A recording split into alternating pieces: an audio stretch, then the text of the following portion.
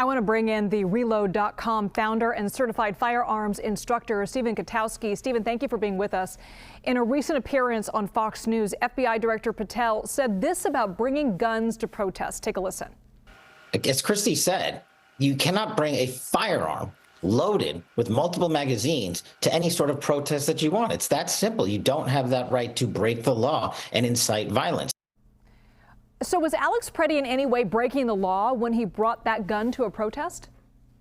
No, he wasn't. Minneapolis police have already stated that Pretti had a valid concealed carry license, and in Minneapolis, as well as in Minnesota writ large, there is no ban on carrying firearms at a protest. And I think there's also some question as to whether or not this would even qualify as a protest under states that do have that sort of ban. But regardless, here, there was no such ban. And Pretti is being called by other officials that he's a domestic terrorist. By bringing a gun to a protest where there's other law enforcement, does that categorize somebody as a domestic terrorist? Certainly not under any law.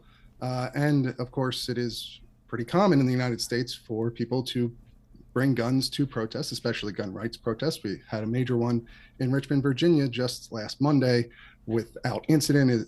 It is not illegal in most states to do that. And certainly I don't see how it would qualify you as a domestic terrorist. I'm curious because this shooting has brought up the debate over carrying firearms in public and the use of firearms by law enforcement. And we've seen repeatedly this administration siding with firearms rights advocates in other cases involving gun violence. Yet in this case, top officials are doing it about face. How are gun rights advocates seeing this?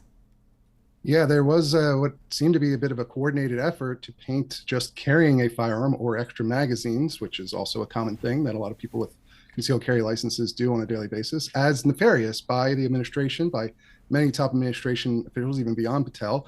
And that's brought quite a bit of backlash from the gun rights groups, including the National Rifle Association, Gun Owners America, the Second Amendment Foundation. They've all pushed back on this idea that just doing that alone is nefarious. And I think even as of this morning, the Trump administration has perhaps started to take a different tact on that question, with the White House press secretary pulling back away from this idea that merely having a gun near law enforcement is evidence of nefarious intent. Could you go over real quickly, though, for our viewers, just to remind us a little bit what the law says when it comes to concealed carry permits, which Alex Pretti had, and every state is different. Can you go over that a little bit? Yeah, that's correct. There's no national standard for concealed carry licenses in the United States. It is a state-by-state decision. Now, there was a recent Supreme Court decision called New York State Rifle and Pistol Association v. Bruin that established that the Second Amendment protects a general right to carry in public, but it still leaves it up to the states for how exactly to regulate the details of that, beyond the fact that they have to issue to qualified people. In Minnesota, as I said, there's no ban on carrying at public demonstrations or protests. And so in this case, I don't see any legal problem with what Pretti was doing up until the actual incident itself. Stephen Gutowski, thank you so much for joining us.